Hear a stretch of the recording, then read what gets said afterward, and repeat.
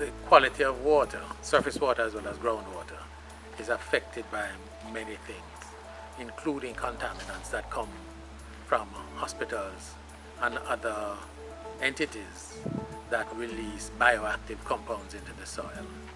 One of the hospitals in close proximity to our site, the Mangrove restoration site, is the Town Hospital.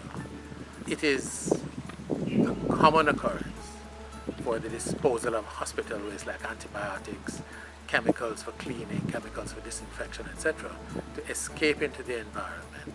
And this is one source of contaminants that we need to assess whether or not it finds its way into the mangrove, then into the food chain, and then affecting humans. South Clarendon, in which this project is based, is home to maybe 20,000 hectares of agricultural land that hitherto has been used for sugarcane cultivation. This has been so for almost 500 years, and it's only in the last 3 decades that the cultivation of it has fallen off. But during that entire period, a variety of chemicals, weedicides, insecticides, fertilizers have been applied, and there is the expectation that runoff during floods or during ordinary rain or from irrigation would have therefore entered the water system, both ground and surface water, and it would have been inevitable for some of it to escape into the mangrove and therefore into the food chain.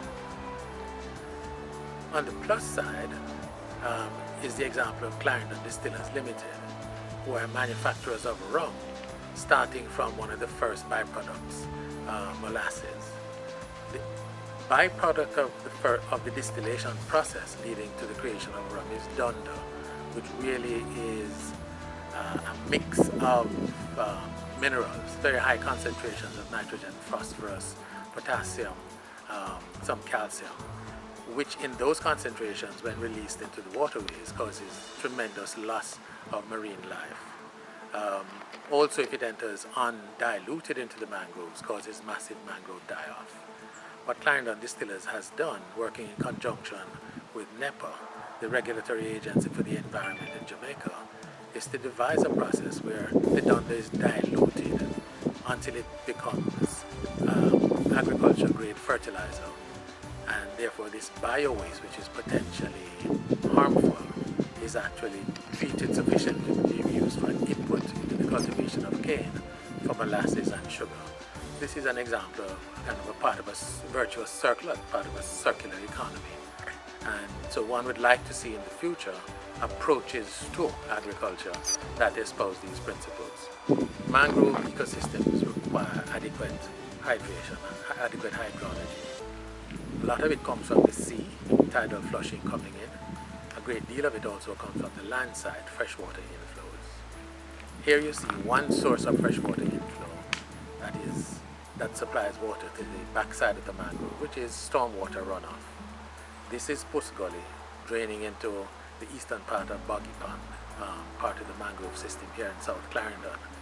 And the importance of Puss Gully is that not only does it collect stormwater from the hillsides, but it also collects stormwater from Portland Cottage, which is a nearby residential district. And therefore, improper disposal of garbage or any other source of contaminants is likely also to enter the mangrove here and contaminate the water. Here you see an example of red mangroves. These are mangroves that tend to work very, very well in protecting the coast because of the geometry of the root. They grow ideally in brackish water, which is half and half seawater and fresh water with 15 parts of sodium chloride per 1,000. A properly functioning mangrove, as you see here, will also have evidence of hatchery functions and nursery functions for marine life. And if you look closely, you will see lots of juvenile fish as well as juvenile crabs basking and eating. The mangrove forest on the south coast of Clarendon provides a nursery function for the entire south coast of Jamaica essentially. So in this area we have approximately 5 fishing villages that are dependent on the area. The main source of livelihoods in this area is fishing. Charcoal is one of those. However, fishing provides majority of income as well as food for these areas. The south coast of Clarendon comprises numerous fishing villages, approximately 5 of them. A lot of these fisherfolk are dependent on these fish nurseries, such as our mangrove forests, to provide a livelihood and a living for their families. What you'll also realize is that the fish stock goes directly back to the tables of these fishermen and the communities. So any pollutants that end up in the mangrove forest will definitely end up being consumed by these communities in this area. You can imagine that the repercussions of the health implications of these pollutants and the bioaccumulation in the fish will definitely have a negative effect on human health.